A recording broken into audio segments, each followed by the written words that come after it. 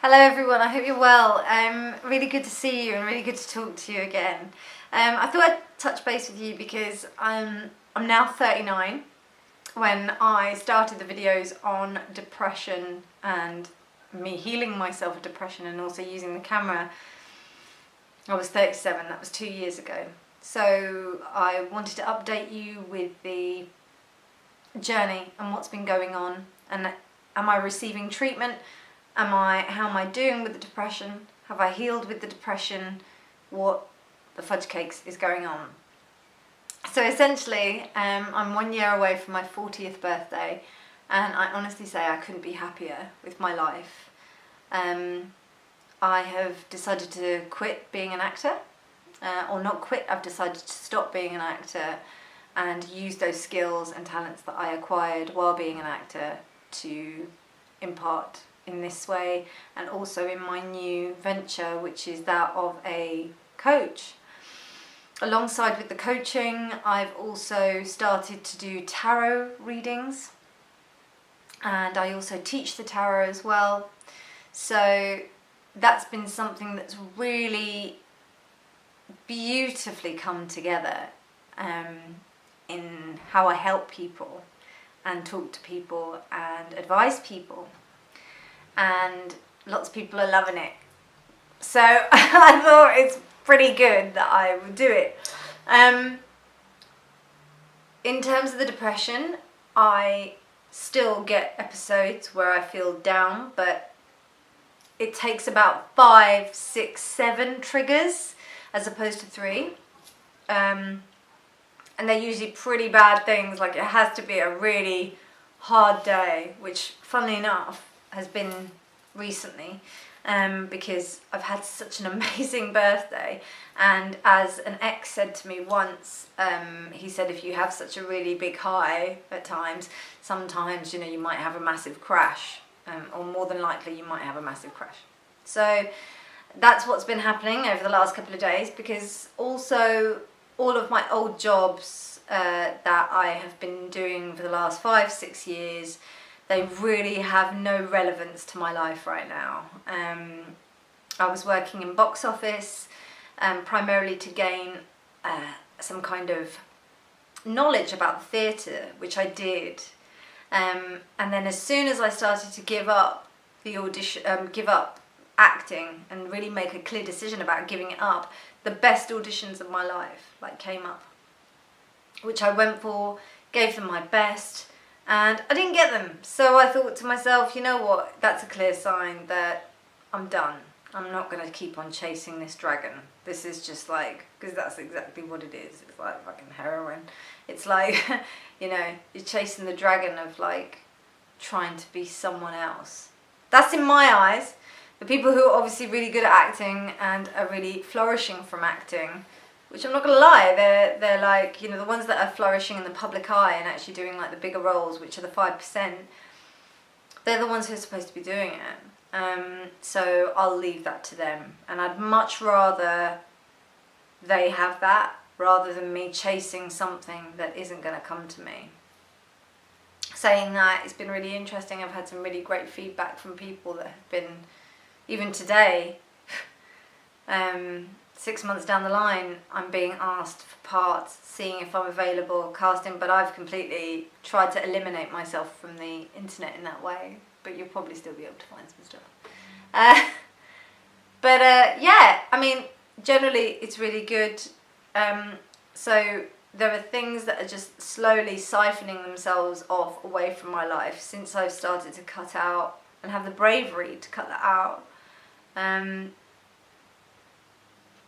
I've also found or been reunited with somebody incredible, so my life has changed. I'm now in a wonderful partnership, and I couldn't ask for anything better than this man. And I also make jewellery. I'm highly creative still. And I have lots of things in the pipeline, so keep your eyes and ears posted. For those of you who are still going through the recurring kind of depression stages, I would really, and I've said this in my previous videos, and I think it's good for me to say it again, and I think I'm going to say it again whenever I'm doing my coaching videos with you. You have to get into a routine where you're regularly meditating. You have to meditate. If you take the time to really get to know yourself, and I'm not talking about, even if you're taking medication or anything like that, if you're taking the time to be able to monitor your thoughts, the medication should help you with that. I have a friend of mine she was quite severe. She was psychotic for a while, but now she's found a really great thing in climbing, and she's bouldering as well, which is what I do as well. So she's getting into her body, which allows you to, just allow your mind to fuck off, basically. So I would highly suggest that you get some kind of meditation going, form of exercise, and if you need to, regularly seeing someone. But those two things, exercise and meditation, are really, really good, because they give you the tools to listen to your body and not your mind. And with meditation, there's a real misconception about you trying to quiet your mind. It's impossible. You can't quiet your mind. What you are doing though, and I know this is going to sound a little bit weird, you're like turning down the volume on it. So you're not paying attention to it. It's like I gave some advice to a guy that came into my new place of work, and he said that he has some real problems with noisy neighbours. And I said to him that it's really useful for you to maybe just imagine those children that go to sleep at parties.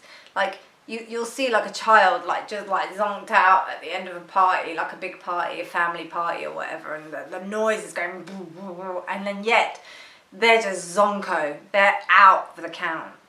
And why is that? And it's because they've just been like, right, you know what, I don't give a fudge cake, seriously, I'm just going to go to sleep. Whereas us here in our adult heads, we're thinking, oh my God, this person is so noisy, oh, I'm going to get really angry with that, and I'm just causing some kind of resistance. So then once I create that resistance, I'm getting annoyed, I'm just, instead of just being with it, and because we're trying so hard to quieten something down that we can't really quieten, then that's why people say that they can't meditate and they can't do stuff. So I would highly suggest that, get this idea. If you're starting meditation is there to allow you to be there with the chattering of your mind, but not be completely involved within it. So it's like watching the drama and not being involved in it. And I can't think of a more valuable skill to have. I believe that if we were taught this in the curriculum, for schools, primary schools, infant schools, it's a meta skill. It's something that benefits everything else and allows you to tap into your own superpowers. So I think it's really important. Saying that, I haven't been on regular practice, but that's my own story, but as a start, and I feel that that's been really big in contributing to how I feel about myself right now and about how I take care of myself. I think that's important. Getting out in nature, exercising and meditating. Those should be the three things, the priority top list, that you need to be on if you want to start, helping yourself get better. This doesn't mean and also seeking outside help, and also taking medication if you have to. I think with those things you're going to be really good in terms of keeping your mental clarity going and really embracing who you are, which is where I am, and I feel fucking fantastic for it. So yeah, I wanted to touch base just to say 39, still here. Those suicidal thoughts didn't manifest, which I was, I'm really grateful for, because I've got so much now, and I feel like it's important that you realise that you do too. So I'll speak to you really soon, because I'll probably be doing another channel as well. And there's lots of stuff that's going on at the moment. So you're bound to hear some incredible stuff with coaching. So, exciting times! Anyway, take 2. I will speak to you soon, very soon. And thank you for sharing this journey with me. It's been a great, great thing. And I love you loads. Thank you, thank you, thank you, thank you. And I'll speak to you soon. Love you.